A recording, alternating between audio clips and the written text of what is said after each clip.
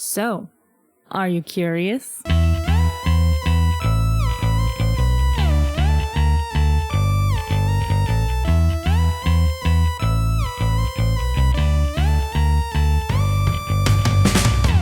Welcome to the Curiosity Codex. I am your ardent enthusiast, Kyle Olson. Did you miss me? I missed you.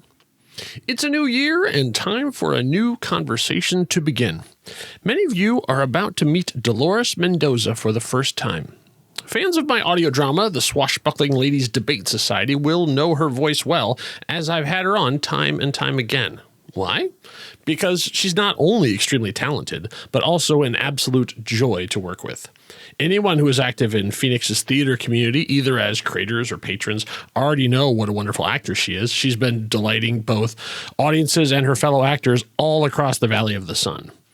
But last year, she did something that most of us have never done. She directed her first major play.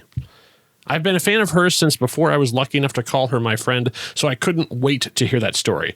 But before we get to her time in the director's chair, I was curious to hear how she first fell in love with acting.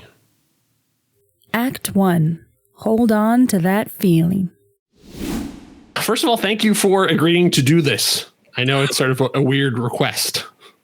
I was so excited that you asked, quite honestly. I was like, oh my God, this is so neat. Yeah, sure. Well, yeah, because I had wanted to do it sort of while you were directing, but it was just life and circumstances didn't happen. And I also thought, yeah, that's one less thing you probably wanted to be worried about at the time. I had that idea of fly on the wall, but then I was like, as a director, you're probably dealing with a couple 100,000 things. Maybe it would not be great to have me also there going, but then how do you feel? It was a ride. And having to talk about it at the time would have been a lot. Yeah. All right. So I think this is better then. You can look back on it. So, but before we get into directing your first major theatrical event, let's go all the way back then, as early as you want to. Give me an idea of when it was that you first sort of realized that people make a living as actors. What was the first? Obviously we all watch stuff as kids, but when was the first? Do you remember the first time that you sort of saw people do that as their job? I knew that was a thing, but I didn't know that it was a thing I could do probably until about third, fourth grade when I was playing with a friend of mine, and we were talking about what we wanted to do when we grew up. And she said she wanted to be a soap star. And I'm like, what? Oh. What? You can do that? You can aspire to do that? I was going to be a fourth grade teacher specifically. But she's like, yeah, watch. And then she pulled out the tears. Like she immediately started crying. I'm like, that is impressive. Wow. And then I was like, yeah, no, you could probably do it. It was in the back of my head that, people do these things and they work and make money. I knew that there were TV stars and everything like that. Sure. But to know that it was a job that people could aspire to and weren't just discovered all the time. Yeah, I came up in the generation of Star Wars and stuff too. So I had seen all the stuff about George Lucas and Steven Spielberg and all these guys going out and making movies. But it wasn't until I was probably around that age, around like I would say about the same, maybe 11 or 12 when I got like a movie magazine. It was called Starlog. That's how long ago it was. And it was an interview with a screenwriter. And I was like, wait, people write movies? They write television shows? It was one of those, of course. It was the penny dropping. Mm-hmm. You don't even think about it. This is just, media that exists and it's like, we consume it. And this is cool. And hilariously enough, I think that was actually when I wrote my fourth grade around the same year when I wrote my first play. Wow. Okay. What do you remember of this play? Do you remember the title? I don't remember the title. It was with a friend of mine, David, and we were it was a murder mystery. My friend Karen played the woman that murdered her rich husband, and we were detectives trying to find it out. We performed it for the class. It was a lot of fun. Oh, that's amazing. Were you inspired by something you had seen? I'm sure I was. Like I've always like Dick Tracy and all the cool detective novels and murder mysteries, and always been kind of fun trying to find out like who done it. It was always really neat. It was kind of we were trying to do, it was something having to do with an assignment at the time. Okay. Fourth grade, weirdly enough, fourth grade was a very artistic, a time for a lot of artistic discovery for me as well, performance as well as art wise. Well, neat. Thanks, Mr. Sellers. You were great. Shout out to all the amazing teachers out there. I think my first play was about that same time too. I wrote a news show comedy thing. There was a television show on called Not Necessarily the News that I watched, and I was like, you can make fun of the news? This is amazing. And I did some sort of like a news parody thing of the class, like news of the class. They had newscasters and people coming in and out and stuff too. That's once again, that's about all I remember of it. I remember the first time doing that. What was the first? Was that the first thing that you sort of performed? Not. I mean, did you start singing first, or were you? I wish I could sing. I can carry a tune as long as I have a bucket. So generally, that's a lot of people to drown me out. So yes, I've spent many hours in the chorus, but never a solo. Yes. But I performed officially. It's really hard to pinpoint. Like I had done school presentations and everything. Okay. I guess then what was the first role you remember? For myself? Yeah. That was in 6th grade. Okay. And that was it. We had auditioned because that was the first time when there was an official play with auditions and everything that I knew about. And that was my first year of middle school. And I had known that plays were something I had wanted to do. Once I realized that a play was a thing that people can do, I wanted to do one. Yep. I was always really good at pretend. And when I literally distinctly remember in pre-K when we would be playing characters, the farmer and his wife, Hansel and Gretel and all this stuff, and playing pretend. I'm like, I love doing this and it's fun. And then I would find like different ways to perform. Like when I don't know if you would remember, like when you would be reading aloud and everybody would take turns reading aloud. I was really good at that. I'm like, I would wait for my part and I'd read it ahead and I'd know what I was doing. I'm like, yeah, I know exactly what it is. Especially we would read plays in class and we would each read our characters. And I was like, oh, little did I know that was where that was cold reading. Yeah. So, hey, neat. But yeah, and then I had been in the choir. I had done school presentations, assemblies. But yeah, 6th grade was when I got my first part and I was up on stage. It was an abridged version of Midsummer Night's Dream. Oh, okay. I thought Shakespeare might come up as we were talking. Yep. And I was the only 6th grader with a speaking part. The rest were the 8th graders, a couple 7th graders. All of the 6th graders were like fairies and everything. But I got to be Snug the Joiner, who played and yeah, I was very excited because I had multiple costume changes. Oh, really cool. That was it. No turning back. Any of it? Let's see. I'm not trying to put you on the spot. I'm just curious if some of that stuff like sinks in and stays. It really does. And it's like I remember a lot of the blocking. Oh wow, that's impressive. I probably in a pinch I could probably do something, but right now it's like I don't want to make it. I say I'll put myself on the spot then too, because I was only ever cast in one Shakespeare show. It was Othello. I had one line and I was fired.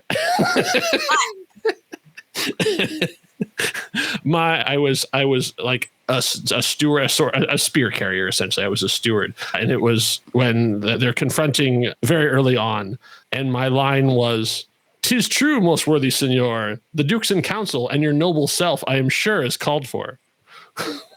Love it. Yeah. And they cut my line and gave it to one of the other leads. And then a couple of years later, they did the movie version with Lawrence Fishburne and Kenneth Branagh. And they did the same thing. They gave that line to the same guy. I was like, okay, all right. I see what you did there. That poor guy. Yeah. No. That's the closest I've ever come to actually doing Shakespeare. So after that, it was like full steam ahead. It was like every opportunity.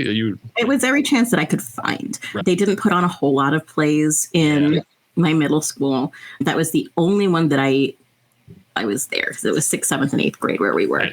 You actually should be lucky. I didn't have any. We didn't have any arts program at all. 6th, 7th grade. I didn't get to do anything until high school. That is rough. I mean, we had. Luckily, I was in the humanities classes. Well, we had a little bit more advanced stuff. They had a readers theater. They had a lot of choral reading, and we would have competitions. The UIL. University Interscholastic League, or something along those lines. We would have like competitions, and you would perform poetry, you would perform prose, have groups reading different stories. And it was basically just like performing. It was basically like doing a bunch of stage readings. Yeah. And fucking killed those two. I did really well that year. 6th grade was a great year for me. Okay. But now, like at the end of the year, I didn't know how important this would all be to me. Right. And it was really cool, because I had never been exposed to something like that. I had never recited poetry in front of people, judges at all. And then I wound up taking first place in poetry, first place in group choral reading, as well as other performances, including I got at least 4 trophies, man. I was very proud. Yeah, you should be. Did you get to pick what poems you did, or is it something that you were assigned? Generally, you get to pick your stuff. Okay. Being young means I hadn't read a whole lot at that point. Well, sure. So so I was curious what your choice was. Like, initially, I had wanted to do The Raven. Okay. From Edgar Allen Poe. That was like the only poem that I knew. I had been late filling that out because I had been sick, and my middle school bully had actually chosen that one before me. And I was like, I won't be doing that one. So I got a suggestion from my humanities teacher, and she's like, well, why don't you do this one? And it was called Reflections on a Gift of Watermelon Pickle. And it was just a beautiful poem. I forget the name of the author, and I'd forgotten it for quite a while, but I actually found it online the other day, and it was just a really fun poem.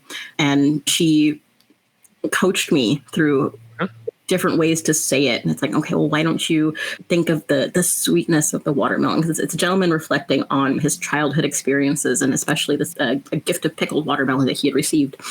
And she took me through the whole process of finding all of the moments where you can show what this man is wanting to portray in that poem.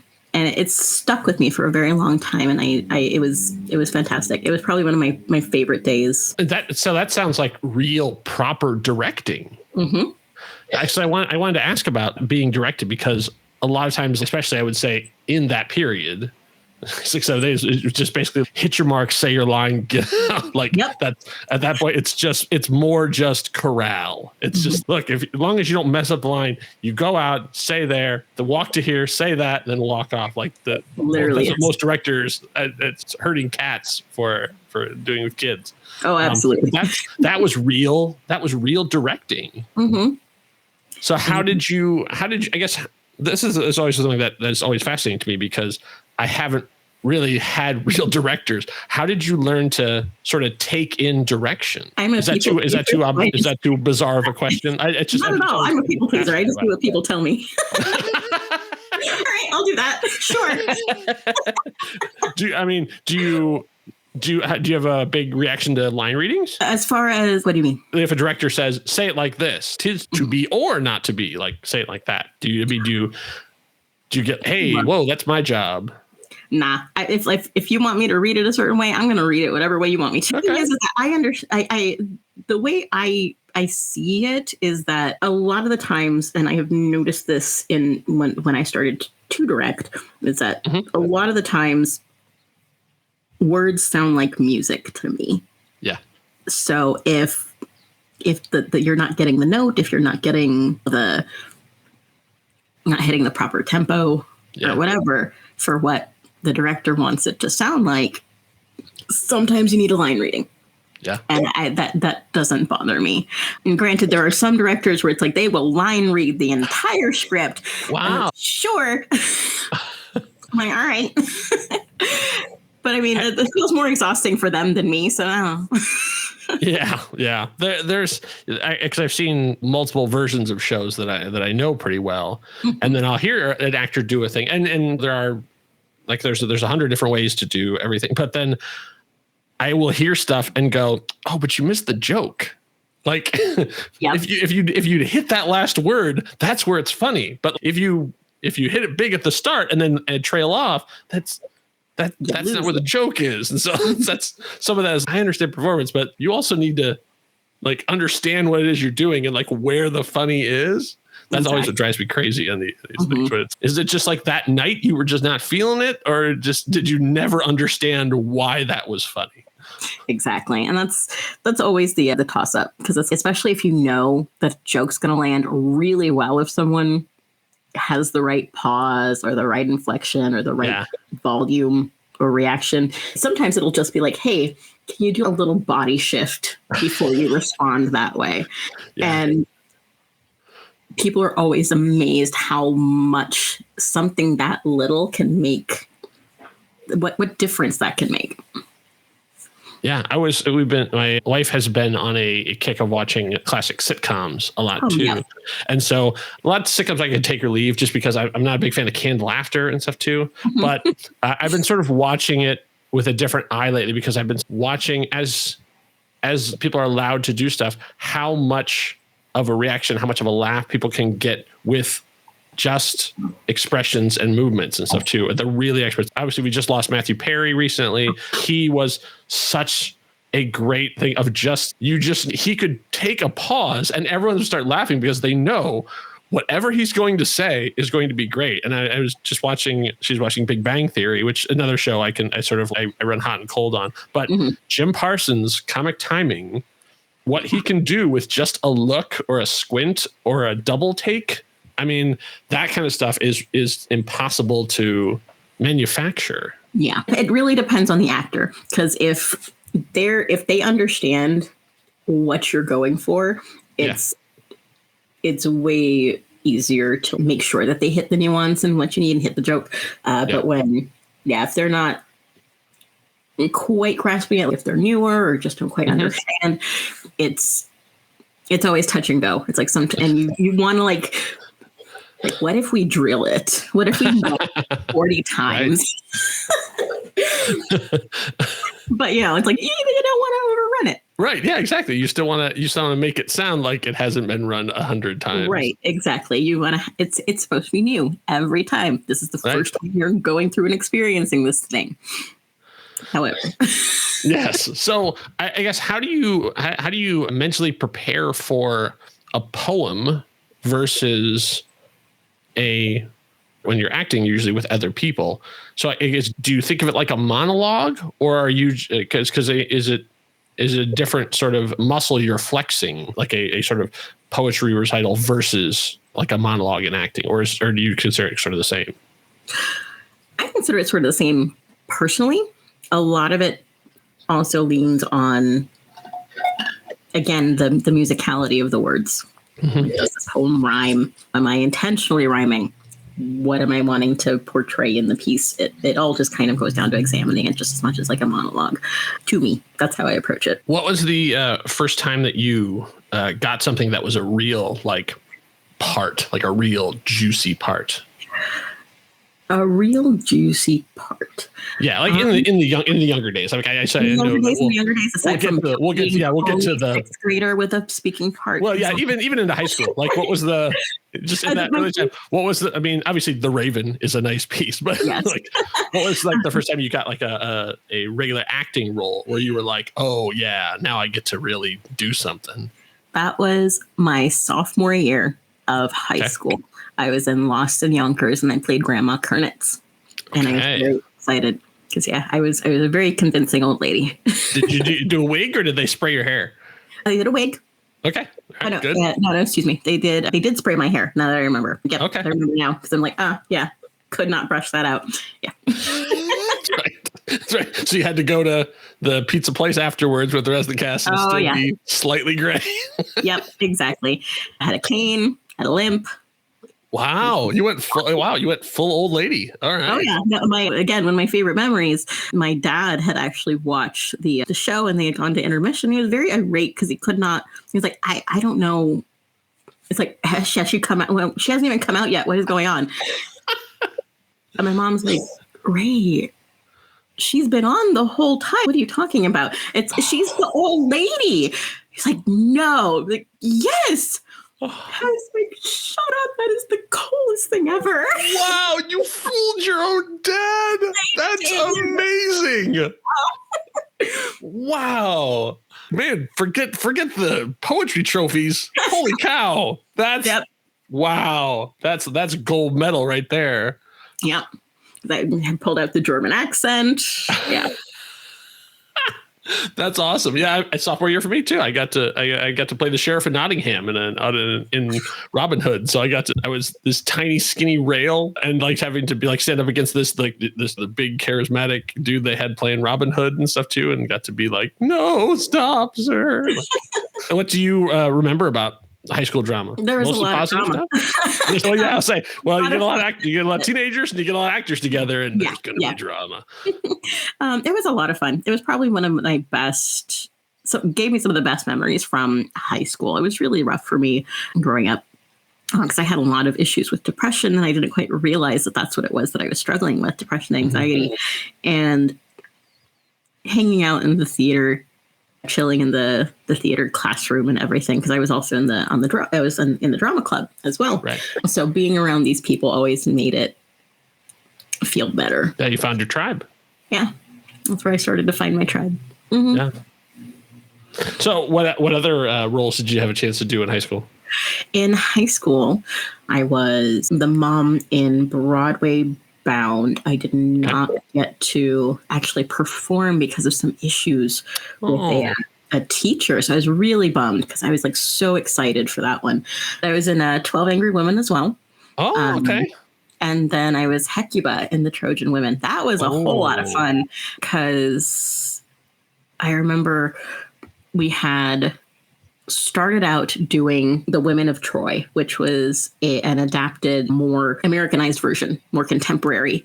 And then halfway through our rehearsal process, they were like, no, you can't do this one. You have to go back and do the more classically styled one. So we had to relearn the entire one-act play. Oh. That was fun. But I did get all-star cast during our one-act competition again for UIL. Nice. Get picked all-star cast. I was very excited. Hey, so take your flowers. You deserved it. So, at any point during this process, as you're doing it, did you ever think, I want to make this a career? I did. Or did you just think of it as this is a fun thing I do in addition to what I really going to do? It was. I didn't know what I wanted to do. I had thought maybe I could do it as a career, but I didn't really have the support. Mm-hmm. A lot of it was, okay, what else are you going to do?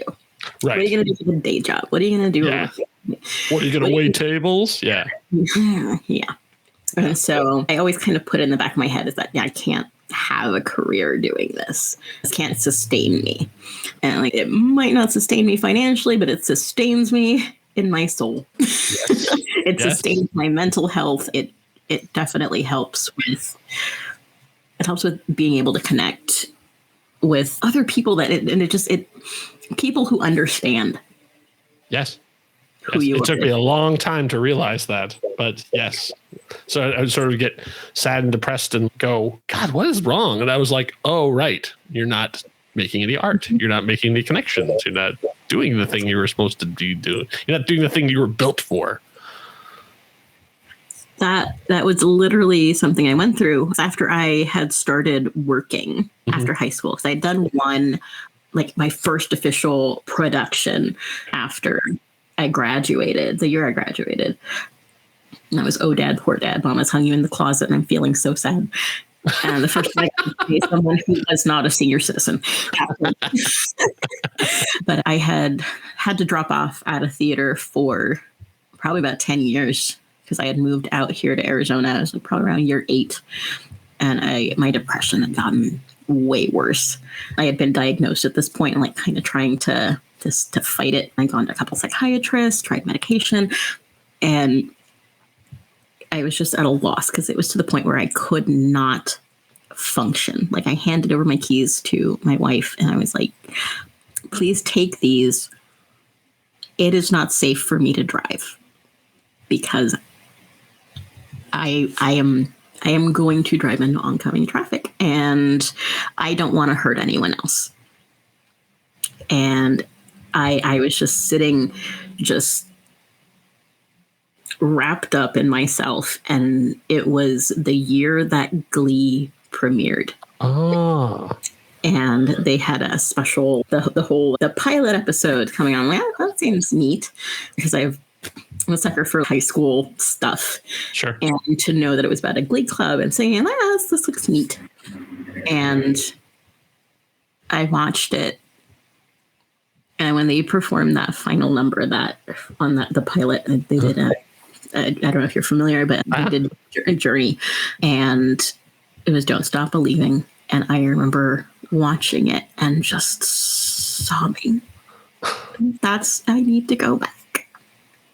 Wow. It's like, I miss it.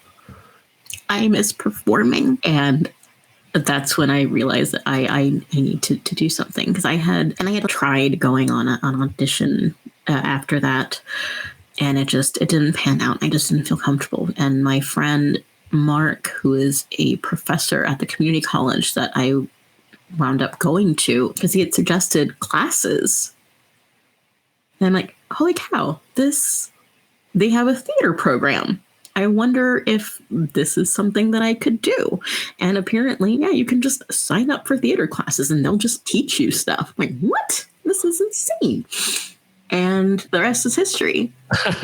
Do you remember what that first class was like? What it was like, sort of first day of school, walking in, meeting all your peers? I remember the first class that I did, that was because I decided to take a theater production class in addition to a life drawing class, because I do art as well.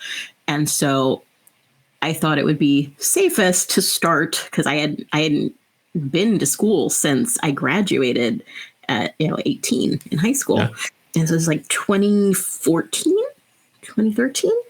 I just kind of showed up. And they're like, here, work in the costume shop. Here, let's teach you some carpentry. And so that was so fun. It was just so nice to be embraced by the people that I wanted to be around. And they were so welcoming and funny and so willing to teach other people.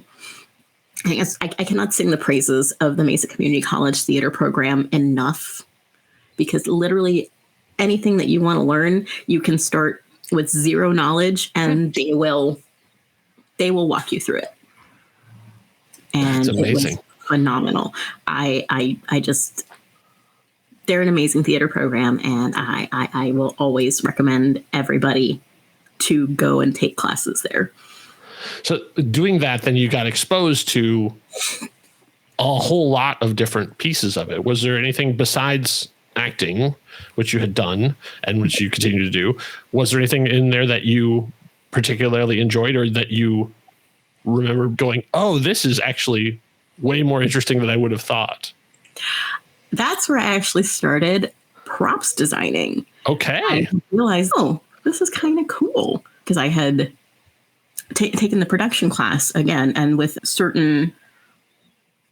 when you're in the production class, there are student designers for certain elements of the show. And so to know that was something that I could do, I'm like, heck yeah, I want to try that. And I first started working on those because I had done my first year at MCC when I was like fully going again.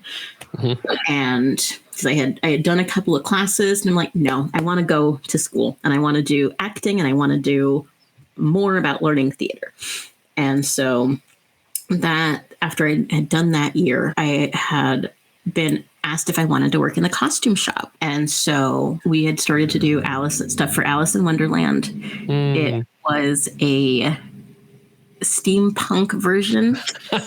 And I got to help make puppets. Oh. and they were so fun. They were just beautifully designed. Mallory Pruka was our head of the costumes department, and her designs were just gorgeous. They were so detailed and everything. But I was in charge of the dodo puppet. Oh, nice. And I would help with the other ones, but that one was mine, and I was very proud of how it came out. I always thought Alice in Wonderland would be much better with puppets. Right. I've seen multiple productions of it, and it's, you stick a rabbit nose on a guy's face and maybe stick ears on his head, and suddenly you have to run it out. But you could make a rabbit. Mm-hmm. There's so many characters in there that I think would be much better served, even if you do and I can't remember what the name of the style of puppetry is, but we're basically where you're allowed to see the puppeteer. And that's what we did. Mm-hmm. I think I wish I could have seen it. That sounds brilliant. It was so fun, and we got to tour that one for the elementary schools. Nice. So that was really cool. Did you get a big response from the kids? I did, especially because I also got to be I was cast as the Red Queen. The Queen of Hearts. You got some very angry kids at me. Very mean. Did they do talkbacks afterwards where you got to? Oh, nice. Yeah, it was a lot of fun. What do you like about youth theater? How excited the kids are. Yeah. For a lot of the times, kids specifically don't know that this is a thing that you can do. Yeah. And to know that you're showing these kids ways that it's still okay to play pretend when you're older. Yes. That is the biggest thing. It's fun, and it's something that you can do to express yourself, be someone that you're not, or be someone that you would like to be creative with other people. When you get a chance to pick your roles, which as a working actor, you often don't. Do you find yourself drawn more to things that I can relate to this, I feel this, or I don't know this at all, so I'd rather go way afield and then come back? Obviously, you've had to play a lot of old ladies. Oh, yeah. That is my wheelhouse. Which, God willing, that's the way we're all headed. But do you say yourself looking for the resonance that are there, or do you look for the challenge? I look for anything that speaks to me, whether it's something that I'm familiar and comfortable in, or something that I've never tried before.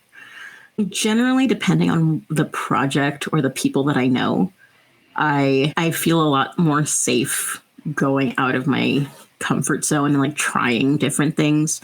Yeah. If I'm auditioning for something more traditional, for people that don't know me, I'll tend to fall into my comfortable wheelhouse so that I know that I can give a solid performance. Yeah, it's generally the go-to, but honestly, I just love finding different things and finding what speaks to me in that moment. Do you feel like you need to do the same amount of internal character work for the Red Queen as you do for a sort of traditional high-minded drama?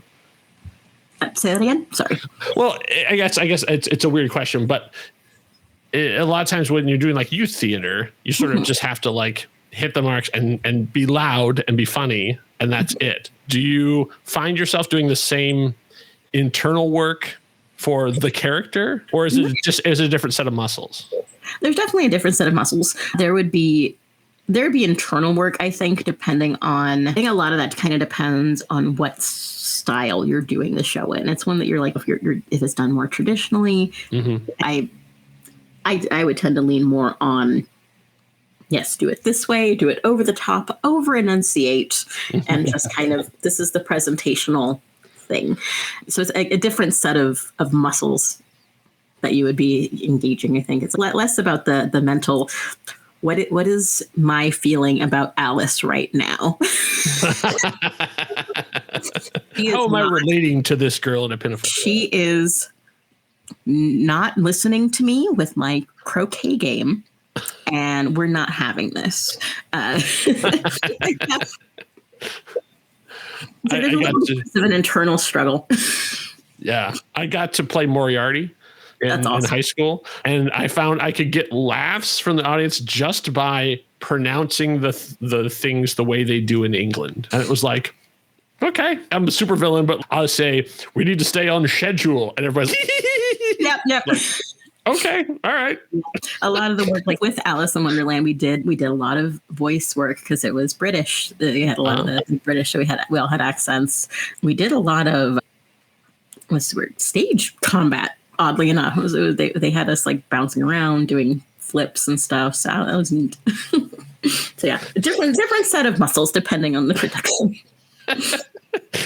I guess what do you, when you first get something, like you basically book the role, you go audition. We'll talk about auditions. I'm saving that for next time because I'm sure you have some audition stories.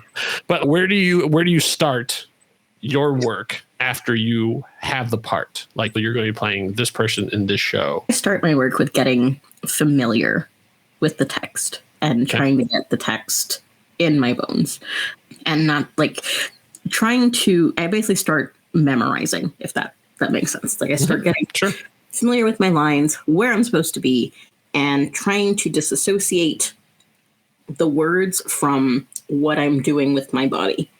I find that's my biggest issue sometimes, is that I depend on the blocking for remembering my lines. Like, no, that's not it. And that was one of the things that, oddly enough, I learned in Alice in Wonderland with Jordan Deffenbaum. And he was wonderful. He was a friend of Mallory's. That it was actually his version of Alice in Wonderland that we did, because he had shortened it specifically for the stage. But he had taught us how to learn lines without putting it with the blocking. Mm-hmm. So I learned a lot of different ways to do that, whether it's walking around while you're, slapping different parts of your arms and your chest, and your feet, and just kind of like doing monotone memorization. And it's like, obviously you have to be at a certain point, but do you consider yourself good at memorizing, or is it something you really have to force yourself? Repetition. Oh, it's absolutely repetition for me as well. Not just that, but I have different ways that I memorize and keep the stuff in my head, because I'm so forgetful, and my brain is just getting worse. Oh yes, I know. So I use a multiple pronged approach. And so I will record it, just reading, just saying the words, and I'll listen to it. I'll record it with feeling. Certain feelings. I will also write down the first letter of each word. In my lines, and I will just kind of memorize those. Because there was a trick that I learned in the Antipodes. David Wise, who had worked with Stray Cat for a while, he's the one that taught that to me, and it was probably the most invaluable piece of memorization techniques that I had learned, and that helped me to start remembering to do it that way. It was a lot easier for me to remember stuff with that specific trick for some reason. I guess because I'm so visual as well. So if there is like a particular stretch that I can't quite get, I'll write the whole thing multiple times. Like handwrite handwrite the words over and over again to. Wow. Yep. So that autonomic process of going through the pen and then back into the brain. Yep. Oh, that's interesting. This is a very insidery question, but what are your feelings on highlighters? I love highlighters. I've talked to actors who have the complete opposite reaction. So give me the skinny on why highlighters are great.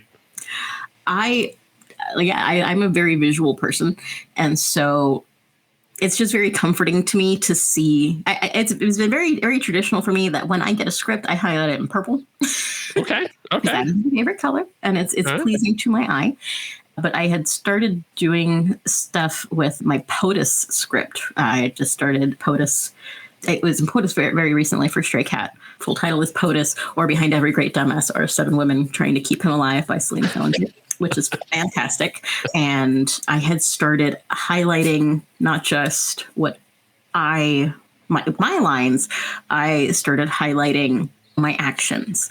I started highlighting, okay, I'm responding to this person. I'm going to sign this color. I'm going to sign this color. So I had it made a rainbow on my page. And I'm like, I see that it helped me. again, it was helping to find the music. Yeah. In the words, and I found it made me happy. And now I kind of just want to start drawing in all of my scripts when I get them. So I'm very excited to do that. And that's where we're going to stop the conversation for today. Thanks so much for listening. This has been the latest chapter in the Curiosity Codex, but there are many pages left to decipher. We're part of the True Story FM family of podcasts. Find out more about us at truestory.fm. Our theme music is Intrusion by Severed Personality, aka Kevin MacLeod. The voice of the Codex is Kara Gallo, and my name is Kyle Olson. The Codex is closed. For now.